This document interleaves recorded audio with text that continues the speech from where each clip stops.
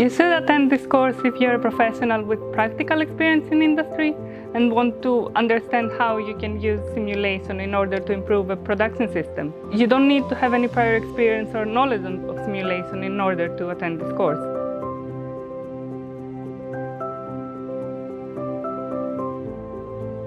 This course is a simulation of production systems, and we will use an approach called discrete event simulation in order to make a model for the entire system.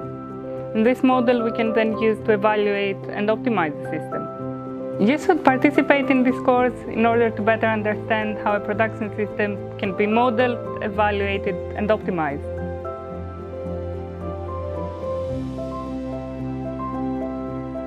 After completing this course, you will be able to design and build a simulation model of a production system and use it to analyze different scenarios.